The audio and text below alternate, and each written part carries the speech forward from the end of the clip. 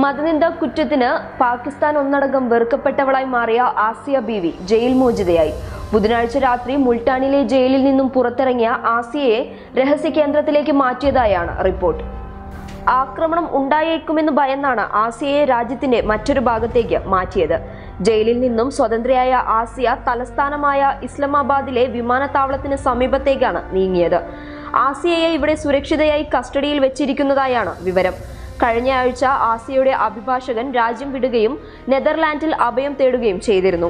ഈ അഭിഭാഷകൻ തന്നെയാണ് ആസിയ ജയിൽ മോചിതയായ വിവരം അറിയിച്ചത്.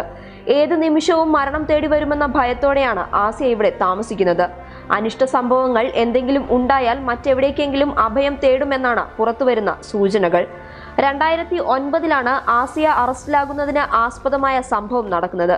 അയൽവാസികളായ മുസ്ലിം സ്ത്രീകൾക്കൊപ്പം ഒരു തോട്ടത്തിൽ ജോലി ചെയ്യുകയായിരുന്നു ആസിയ. ക്രിസ്ത്യാനിയായ ആസിയ ഉപയോഗിച്ച പാത്രത്തിലെ വെള്ളം കുടിക്കുന്നത് മുസ്ലിം സ്ത്രീകൾ നിഷേധിച്ചു. ഇതേ തുടർന്നുണ്ടായ തർക്കത്തിൽ മുഹമ്മദ് നബിയെ ആസിയ അപമാനിച്ചു സംസാരിച്ചു എന്നാണ് ആരോപണം. 2010 ആസിയ കുറ്റക്കാരിയാണെന്ന് വിധിച്ചു. 5 മക്കളുടെ അമ്മയായ ആസിയ പ്രവാചകനെ നിന്ദിക്കാൻ ശ്രമിച്ചിട്ടില്ല എന്ന് ആവർത്തിച്ച് പറഞ്ഞിരുന്നു. ഇസ്ലാമിനെ അപമാനിക്കുന്നത് പാകിസ്ഥാൻ നിയമപ്രകാരം ശിക്ഷാർഹമാണ്. കഴിഞ്ഞ 8 വർഷമായി ജയിലാണ് ആസിയയ്ക്ക് ലോകമെങ്കിലും പുറത്തു നടക്കുന്ന കൊലവിളികൾ കാരണം പുറം ലോകത്തേക്ക് ഇറങ്ങാൻ ആസിയയ്ക്കും പേടിയാണ്. സുപ്രീം കോടതി വിധി ആസിയയ്ക്ക് അനുകൂലമായിട്ടും ഒരു പാവപ്പെട്ട സ്ത്രീയെ വെറുതെ വിടാൻ അവർ തയ്യാറല്ല. ആസിയയ്ക്ക് മരണത്തിൽ കുറഞ്ഞ ശിക്ഷയില്ല എന്നാണ് ഇവരുടെ വാദം. News desk public Kerala.